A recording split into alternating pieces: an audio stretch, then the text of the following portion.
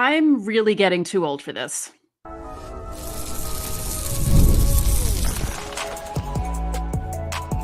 You are Locked On Yankees, your daily New York Yankees podcast. Part of the Locked On Podcast Network, your team every day. Welcome to Locked On Yankees, which is part of the Locked On Podcast Network, your team every day. Thank you for making us your first listen every day. I am one of your hosts, Stacey Gotsulias. This episode is brought to you by PrizePicks. Download the app today. Use code LOCKEDONMLB to win $50 instantly when you play your first $5 lineup. PrizePicks, run your game. With me, as usual, my co-host, Brian McKeon. Brian. Stacey, they find themselves 1 out away. One game away, 1 out away. I'm still they were one out. They were 1 out away last night, but tonight they actually finished things off. But what a road to get there! Before we get started, don't forget, subscribe to the podcast on whichever podcasting platform you prefer. Subscribe to our channel on YouTube, like our videos, hit the bell so you're notified when they go up. Comment, and when we go live, just hang out in the chat. I see that there are a few of you in there right now, and more people are popping in. So this is going to be a show, but it's not going to be as formal as we usually do it. Like, we'll do the ad reads and stuff, but it's not going to be as formal. So obviously we have to talk about this game because I think it took at least 4 years off my life. I mean, it's one of those classic examples, right? Where you say, if you weren't rooting for this team, you would have loved this game. Sure. I would have stayed up, watched this game, and had a blast watching this game. I really would have. But instead, since I'm a fan, it was one of the worst experiences I could have ever had. I hate this. I don't enjoy it. It's not enjoyable. It's gut-wrenching. I have like this nauseous, and I brushed my teeth after the game was over. Because I felt dirty. But because I put my lipstick on and everything. It was just awful to watch. Credit the Yankees. They navigated and somehow got through the toughest bullpen in all of baseball. I mean, tell me if I'm wrong. Was it me, or did every guy coming out of the bullpen seem to have a 1 ERA? Yeah, it seems that way. Everyone. It's crazy how good their bullpen is. What a win. What an amazing win. They're win away, not out away. Win away from the World Series. And I do want to bring this up because I was texting you throughout the game. And I think this needs to be brought up because they absolutely won this game, despite all of Aaron Boone's efforts. I mean, he managed a terrible game tonight. Awful. Let me start it off with a man who we can go back on our convictions, right? We're allowed to do that. We're allowed to play Monday morning quarterback on this show because it goes on after the game is over. Right. Stacey, for some reason, Mark Leiter Jr. was not good enough. That's what it was, because he was healthy. Not good enough to be on the American League Championship roster. Right. Then there's an injury. He gets added to the roster roughly 12 hours ago. Mm-hmm. And somehow now, Boone thinks that he's good enough to come in the 8th inning with 2 men on, and then the 7th inning with 2 men on, and then get out of the 8th inning. Now, credit. Leiter Jr. did it. Got through it, and I think showed a lot of what we said on this show of what we liked about him. He's got guts. He's got, no emotion. He showed that. But explain to me, please, anybody in the chat, anybody in Yankee Nation, how a guy goes from not being good enough to make your roster to all of a sudden good enough to pitch the most important outs of the season. Yeah, I cannot make that make sense for any at all. At all. Don't ask me. I was saying they should fire him before the 9th inning with the way he was making decisions. I can't take it. I can't. I understand that a lot of these guys have pitched a lot, but some of the moves that he made tonight were just inexcusable. And at first, it looked like no one was warming in the bullpen for the bottom of the 9th, and people were like, what is he doing? Like, what is happening here? Well, he got up Weaver too late because I think he was so steadfast in not using Weaver and so determined to not use Weaver that he just refused to get him up. And then all of a sudden he was like, oh, wait, I got to get him up because It's Kahnle's like, going oh to blow wait, this. there's a whole other bottom half of the inning. It's not the ninth. It's actually the eighth right now. Oops. Like, Do you also at all remotely comprehend why at the end of this game, I know this isn't really a Boone thing, but I mean, this should be discussed with the pitcher before he goes in. Why was Kahnle throwing changeup after changeup after? They even said it on the broadcast where, oh, well, if he throws fastball now, it's going to look like it's 140 miles an hour to the batter because he's thrown 12 consecutive changeups. mm-hmm. He threw a changeup and he got out of it. So it works out and it's fine and no one realizes it. But these are problems that, Stacey, I mean, that can't happen. No. You can't have a pitcher because changeups are, especially when a changeup was the pitch that burned you the night prior with Weaver and with Holmes. Like, you can't let that happen. Between that and then, this too, Luke Weaver is apparently the move was that they had been saying on the broadcast revealing, and it probably was told to them throughout the day, Weaver was not eligible to be used. He was not available. They didn't want to shoot his arm. Fine, whatever. Weaver's not eligible to be used, but Holmes is as early as he was. They pitched the same amount of innings. Yeah, he's been in as much as Weaver. And I don't understand that either. I'm sorry. After watching this performance out of Holmes and all these performances out of the year, I don't care how well Holmes was out of the bullpen over the last 20 days or whatever it was, because you know what? He was really good from April and half of May as a closer. The same effectiveness, 1 ERA, terrific, looked great, outrageous. And then he blew it again. And it's like now he's in one of those modes again with Clay Holmes where it feels like every time he comes in, you have to give him a tax of 2 runs immediately before he does anything. Yeah. We're in one of those phases again with him, and I don't think you can trust Clay Holmes at this point anymore. I don't. No, I don't think you can either. But yeah, there were a bunch of. I'm actually watching. I'm watching his inning right now because they're re-showing it on TV. I have the TV there in the background. It's three straight appearances now where he's given up a run, and Boone keeps going back to him. And the problem is when Holmes loses the zone, he thinks, okay, the way I'm going to get back into the strike zone is I'm going to leave sinkers right over the heart of the plate. You can't do that. You can't. Like, they got lucky. They got really lucky in this game. Gleyber, Torres saved their bacon. Giancarlo, Stanton, unbelievable performance. But I don't know how they navigated the best bullpen in all of baseball, but they did it despite their manager. So I'm watching the highlights right now on the TV. The cameraman who made us all think that Noel hit that home run should be strung up by his toes. That made me so angry because I almost fainted. Yeah. That was such a moment. Oh my gosh. And also it was horrible. What is with Rizzo? He is terrible at first base right now. He's very, very, very hurt. From all accounts that I've heard, again, from everything that I've heard from inside the organization, if this injury happened in May, you wouldn't see him until September.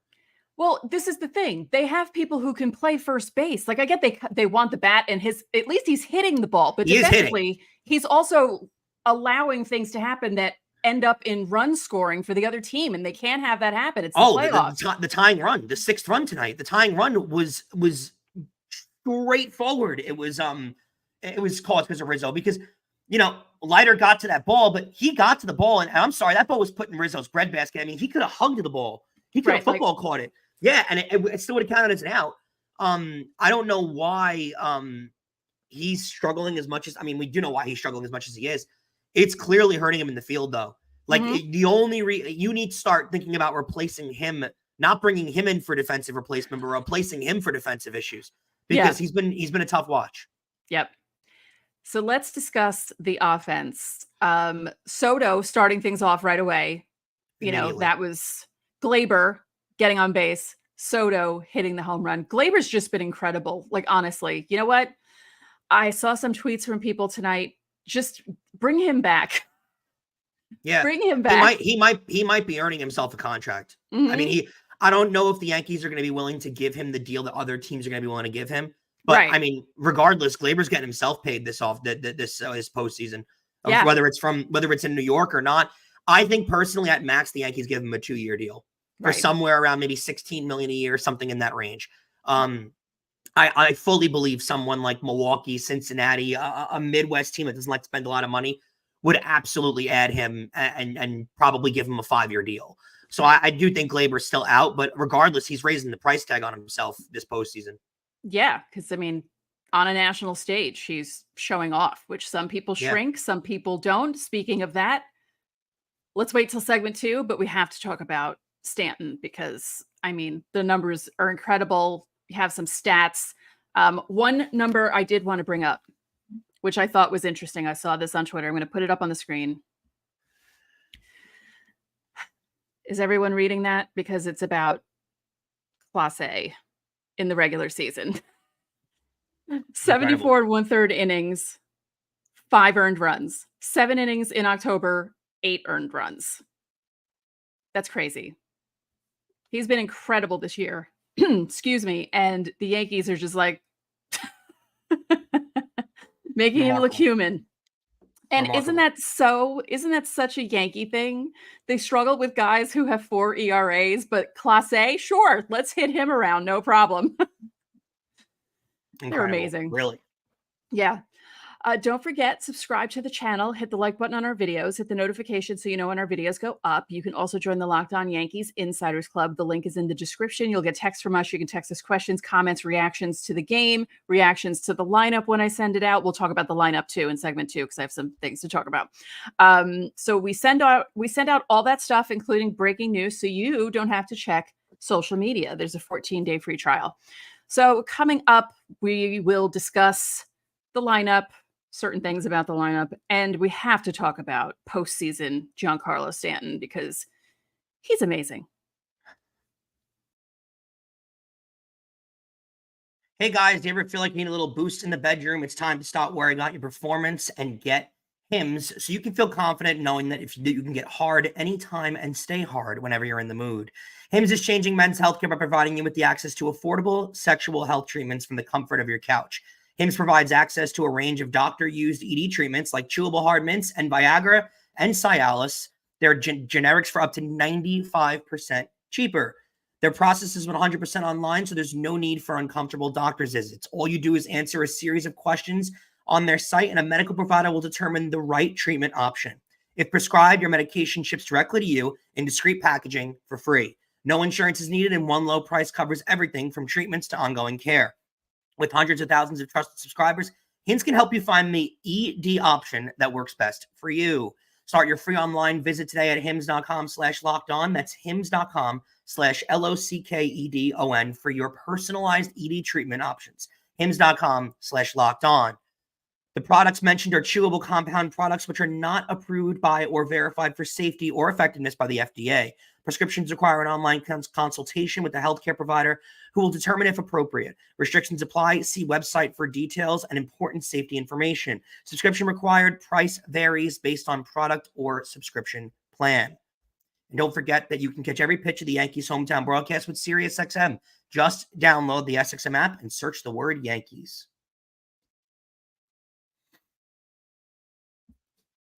So, Stacey, let's get into your lineup point, and then we'll discuss tomorrow's matchup.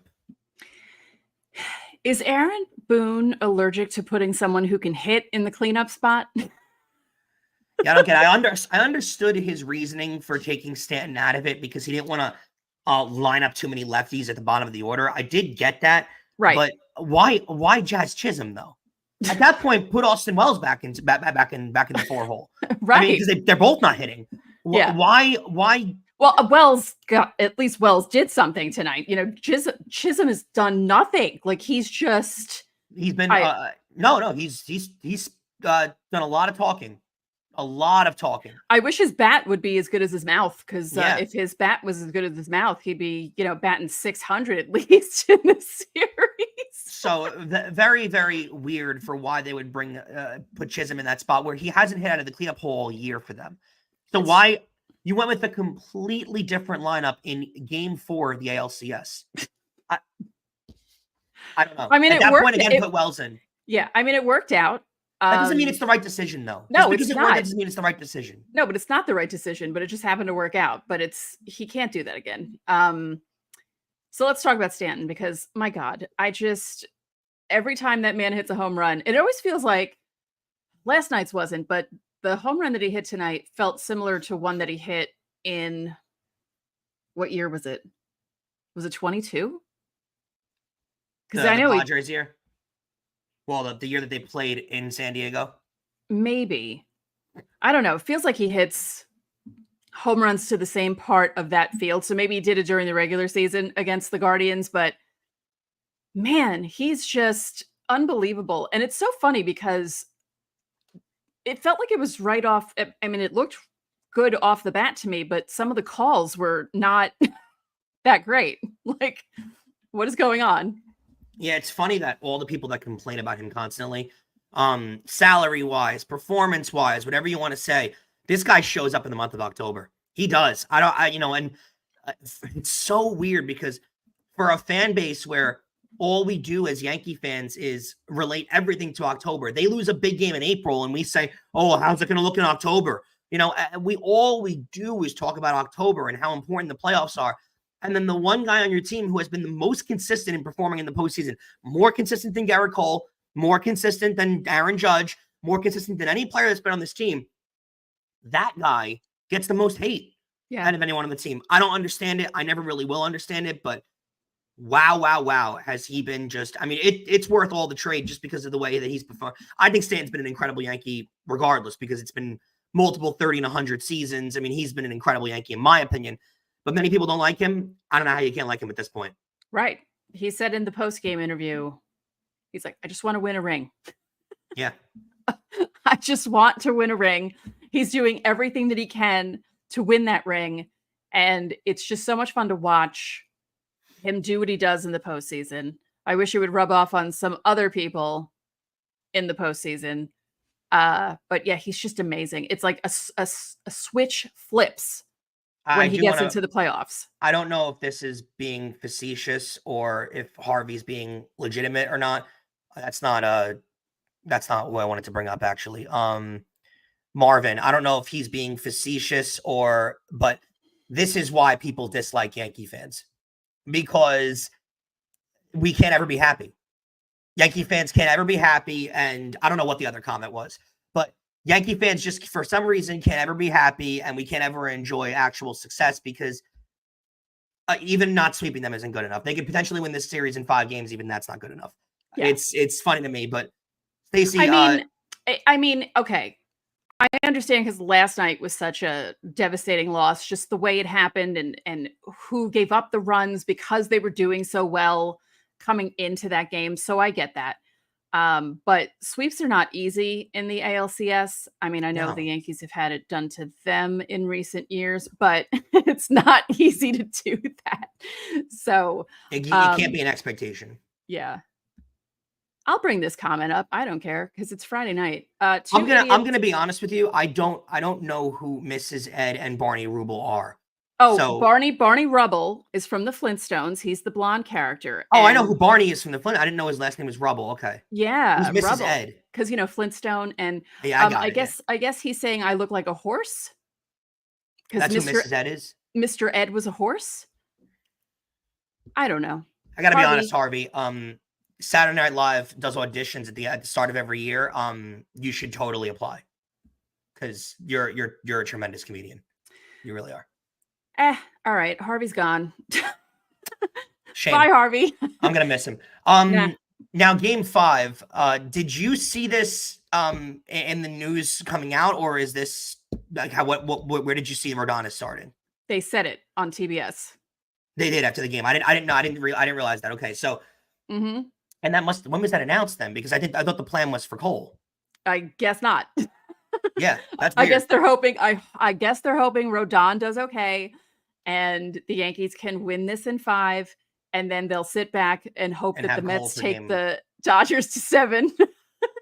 Yeah, I'm nervous about it. I think the Mets can take the Dodgers to 7. We'll discuss that in the next segment. But I'm nervous about Rodon starting on the road. Yeah, I am too. But as you've said, he's looked good in his 2 starts. He just had that one bad inning.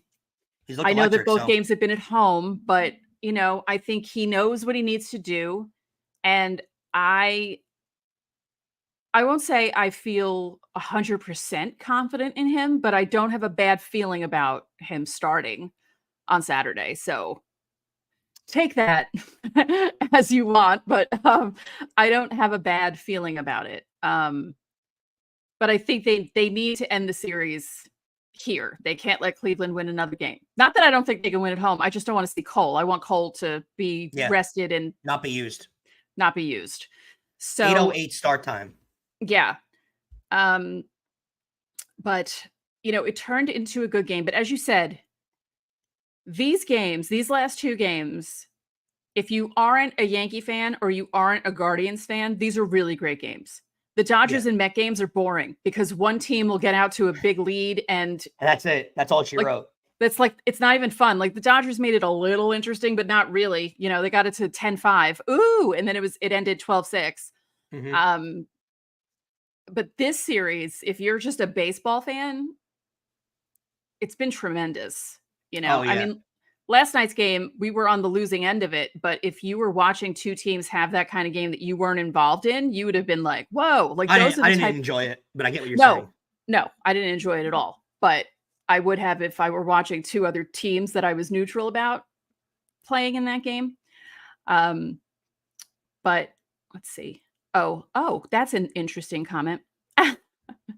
Sort of. Team kind of feels like 09. Burnett equals Rodon, Matsui, Stanton, A-Rod, Judge. I feel like Stanton is a mixture of Matsui and A-Rod because A-Rod was pretty clutch in the 09 playoffs. So was Matsui. I mean, they won game 6 because Matsui had 6 RBIs in game 6. But the first two series. Yeah, I don't know if we can compare. I don't know if Jeter's ready to be compared to Volpe yet. I don't know if Mariano can be compared to Weaver. I think what seems like you're doing, Daryl, and I appreciate the comment. It seems like you're just matching Yankee players to the positions in 09. Dino, yes. I'll take boring Yankee wins, LOL, for my blood pressure. See, like, I would like a blowout from the Yankees at some point, so I'm not. I'd like to see Marcus Stroman. Yeah, it's too much. It's too much. My heart rate was up to 131, and I was sitting watching the game. And your Apple Watch, if your heart rate is too high while you're sitting for like 10 minutes, it'll say, you don't seem to be moving. Is everything okay with you? Should we call 911? And it's like, no, nothing is okay with me. I'm watching the Yankees in the playoffs, and it's just a lot. And actually, you know what? Let's talk about this in segment 3 because I have an opinion about certain things that have been happening with Yankee fans. Okay, so we'll do that in a moment. Hey guys, PrizePicks is America's #1 daily fantasy sports app with over 5 million active members. PrizePicks is the easiest and most exciting way to play daily fantasy sports, and unlike other apps, on PrizePicks, it's just you against the numbers. All you do is pick more or less on 2 to 6 players' stat projections and watch the winnings roll in. You can now win up to 100 times your money on PrizePicks. This is the list 4 correct picks. You want to play PrizePicks alongside Drewski, Joe Budden, and MMA champ Sugar Sean O'Malley? You can now find community plays under the promos tab in the app to view entries from some of the biggest names in the PrizePicks community each week. PrizePicks puts their members first, so with all withdrawals, they're fast, easy, safe, and secure. When my picks hit, I get my money in as quick as 15 minutes. Download the PrizePicks app today and use code ONEWORD LOCKEDONMLB to get $50 instantly when you play $5. That's code ONEWORD LOCKEDONMLB on PrizePicks to get $50 instantly when you play $5. You don't even need to win to receive the $50 bonus. It's guaranteed. PrizePicks. Run your game. Remember, everyone, that you can catch every pitch of the Yankees hometown broadcast with SiriusXM. Just download the SXM app and search the word Yankees.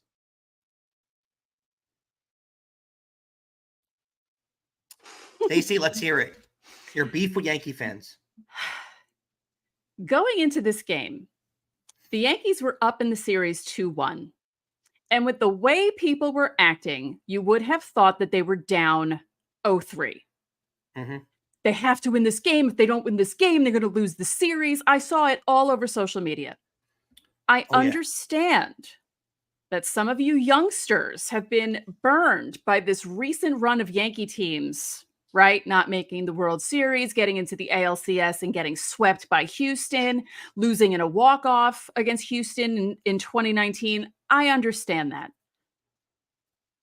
But you can't be like that after 3 games, okay? it was unbelievable to me. Like, I really thought that we were we were watching an elimination game. Like, we were going into an elimination game as Yankee fans, watching them, try to fight off the end of their season. When they go into this game with a lead in the series, when did we get so fatalistic? When did our personality switch with Met fans who still think their team's going to win in 7? They think they're going to go to LA, win 2 games, and they could because LA has no pitching left. But when did our personalities reverse? I don't like this at all. Like, you don't need to be obnoxious. Yankee fans, 27 rings, but you also don't need to be the type of Yankee fan that's going to jump off a ledge after a team loses 1 game in the ALCS. Yeah, I remember the Mets fans that always were waiting for the next shoe to drop, right? Always waiting for it to fall apart. And I understand why Mets fans feel that way, right? There's 06, there's 07, there's evidence in the past. Yankee fans don't have a lot of that. I heard a story on a local radio show today of a fan that called in, and he said that, 2001 was such a heartbreaking loss for him that he couldn't process it. And then, the radio host responded with, well, that was also the chance, he didn't have a lot of sympathy for him because he was like, that was the chance to win 4 in a row. So you won 3 in a row prior. That doesn't mean that doesn't mean one wasn't heartbreaking. Doesn't mean it wasn't heartbreaking. But you were coming off a 3-peat. But it was also what was connected to it. It was also 9/11. We went through a lot that fall. I mean, I cried for 3 hours after that game because of all the pent up emotion of being at games and seeing snipers in the stadium and, knowing that there were especially when Bush was there with the Secret Service and everything and, having to go through metal detectors and having everything amped up. And it was really hard to process that because it felt like it had to be ours, because of everything that happened, and for it to be ripped away in the way that it was hard for a lot of us to process that. It wasn't just they should have won 4 in a row. No, it was the way they lost, what led up to it. It was a lot. If you didn't experience it, you don't know. I'm aware. Yeah, it was a lot. 01 wasn't really the point of the story. The point was that the fan said that because of 2001 and the way that they lost when they won in 2009, he said that he lifted his arms in the air and screamed, "Finally." And that was the comment that got the radio host, off his ledge, because finally, there are so many teams in professional sports, fan bases of different teams that had not seen championships up until then. And you have seen more than they can ask to see in their lifetime. Yep. And to scream, finally, that is the spoiled nature. And we can do hours and hours and hours of episodes. Sure. Describing the dislike towards Yankee fans. But the fatalistic waiting for the world to end Yankee fan, I don't know where it came from, because quite frankly, guys, there's a lot of other fan bases out there that have seen a lot more pain than the Yankee fan base has seen. I also don't, the whole, they haven't made the World Series in 15 years and people making fun of them for that. And it's the last time they had a World Series drought, they didn't even make the playoffs in the 80s, So this is different. They made the playoffs a lot of the years. Were there 4 that they didn't make the playoffs? 13, 14, 16, 22. Yeah. Had to do the math there. Other fan bases would kill to get to the ALCS how many times the Yankees have in the past few years to even make wild card games. Some of these teams don't even make the playoffs ever. And you guys are because it's the Yankees. But baseball is so different now. There's so many rounds now. It's not as easy to make it to. There's free agency. Yeah, well, that too. There's free agency. That alone. The Chicago Cubs hadn't won an NL pennant since 1945. I mean, think about it. And they had been to NLCSs and lost them. Think about that for a second, of that level of pain to go through. Mm-hmm. I mean, think about 2003 if you're a Chicago Cubs fan.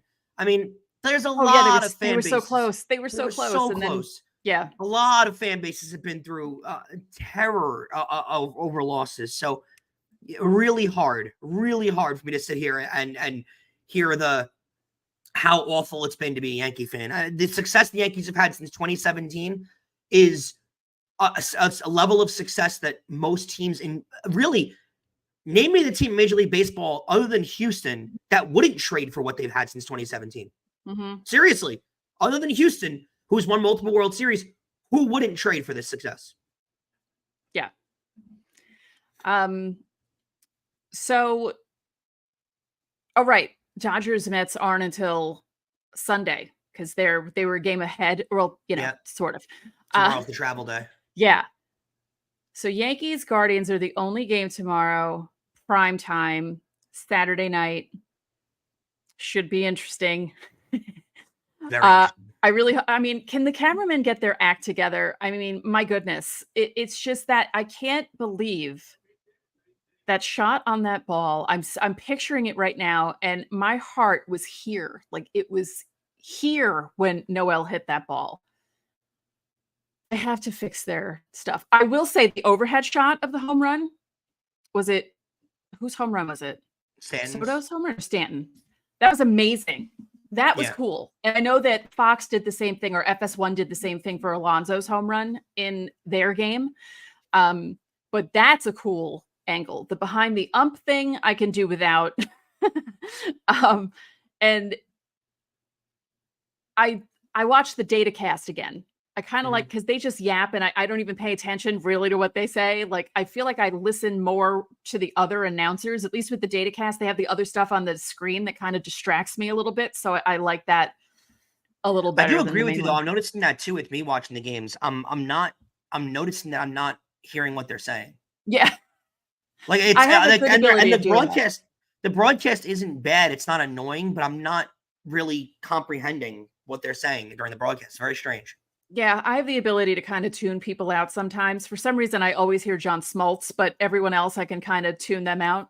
But I have like radar for him to say something silly, and I just want to like pounce on it, and I can't help myself. So let's look at some comments before we go. But thank you guys for being here. There are a lot of you here at 12:30 at night on a Friday. So are you all single like we are and home? I'm kidding. Not that there's anything wrong with that, obviously. Oh yeah. How do you feel about this, Brian? Base cam is useless. 2, I don't need to see players' feet. I actually like that angle. I don't think it helps to tell whether guys are safe or out, like they claim it does. But I like the angle. I think it's cool. Yeah. Yeah. Oh yeah. Let's briefly. I mean, I don't know about this, but Volpe's looked incredible. Like really, like just a different player. Yeah.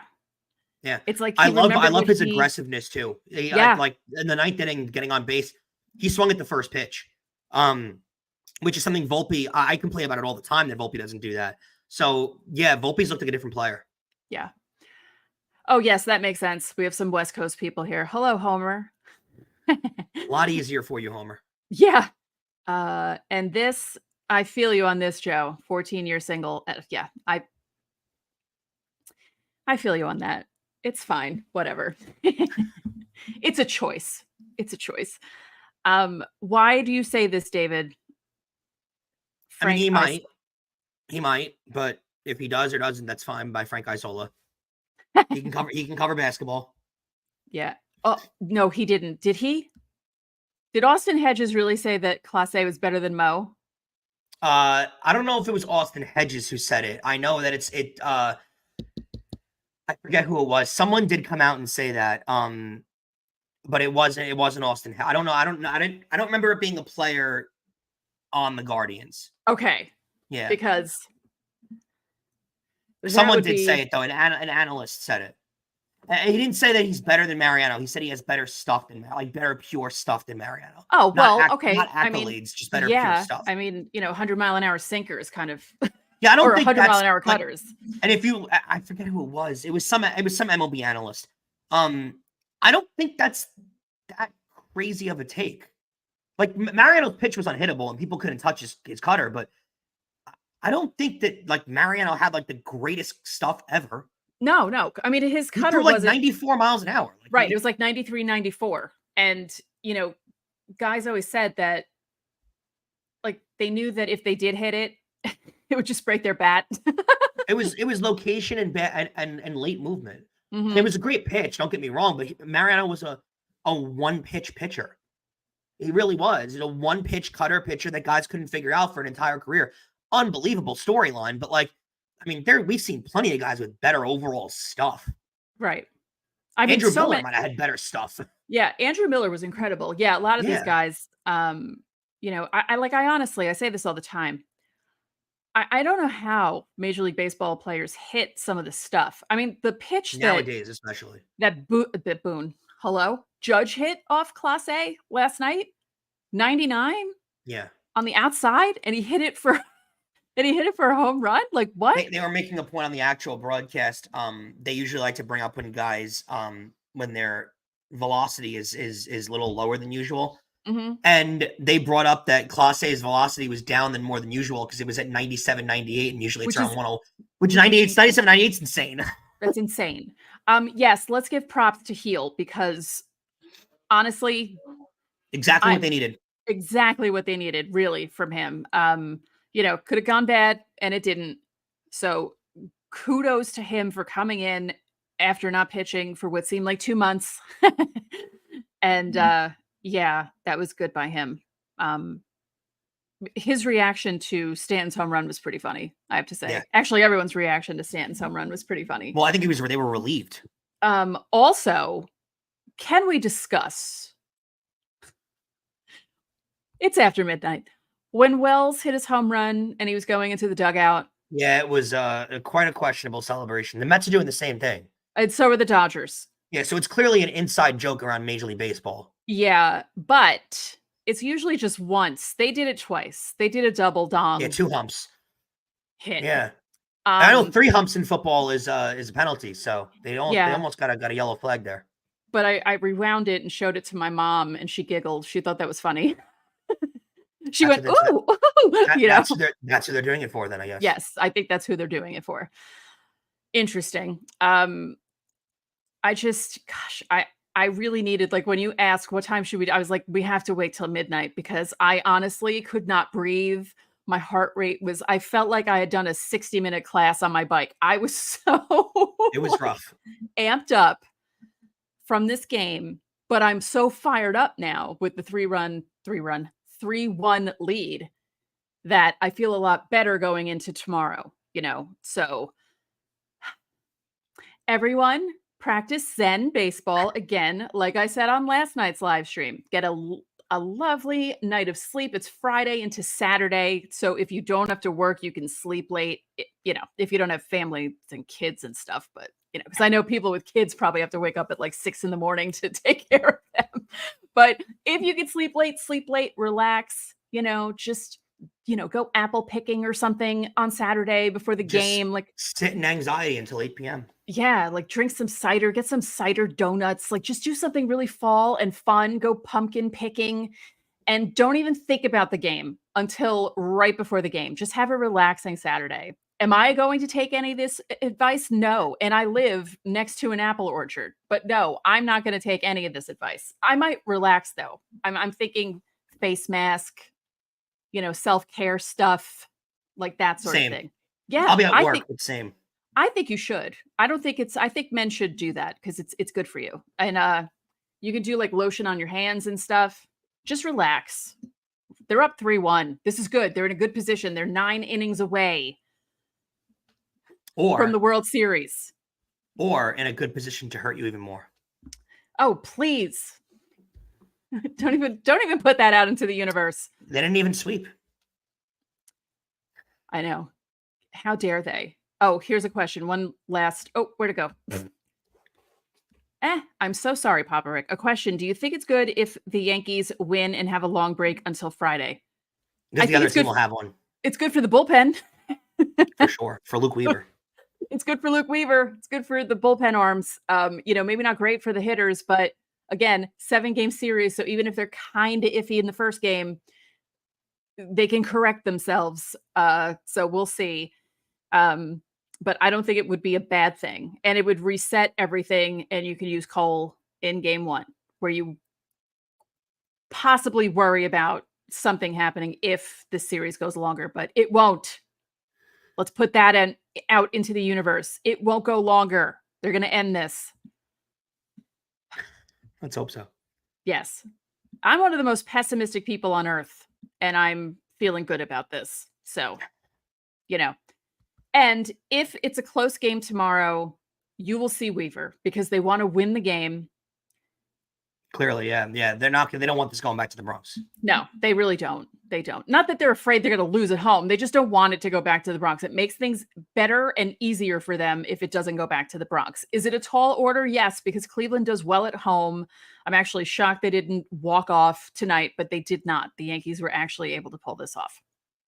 See, this is the attitude I like, Isaac. There you go. Let's go. Put this positivity out into the universe.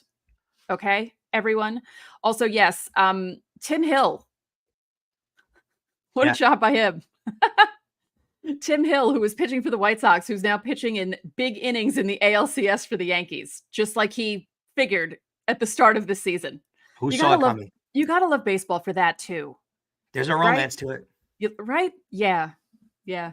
So thank you guys for hanging out with us on this rare Friday night live stream, but we're going to do this as long as the Yankees are in the playoffs. We're going to do this. So yes, that means tomorrow night. So if you want to hang out with us then, you can. Thank you for making Locked On Yankees your first listen today, or your only listen if you don't listen to podcasts on the weekend. Now go check out the Locked On MLB podcast. Prepare for the Fall Classic with Sully, who has it all covered every single day, and I'm sure he hated every second of this game. The link to Locked On MLB is in the description, so you don't need to search. It's part of the Locked On Podcast Network, your team every day. And in case you don't know what I'm talking about, Sully is a big Red Sox fan, and he doesn't like giving the Yankees any credit, and it makes him sick to his stomach. So he's going to have a fun episode. And make sure you check out the Locked On Yankees postcast right here on the Locked On Yankees podcast feed, as well as streaming on the Locked On Sports New York YouTube channel. Get rapid reaction to all the biggest moments with the Locked On Yankees postcast. So that'll do it for this live edition of Locked On Yankees. I'm Stacey Gotsoulias. And I'm Brian McKeon. We'll catch you tomorrow.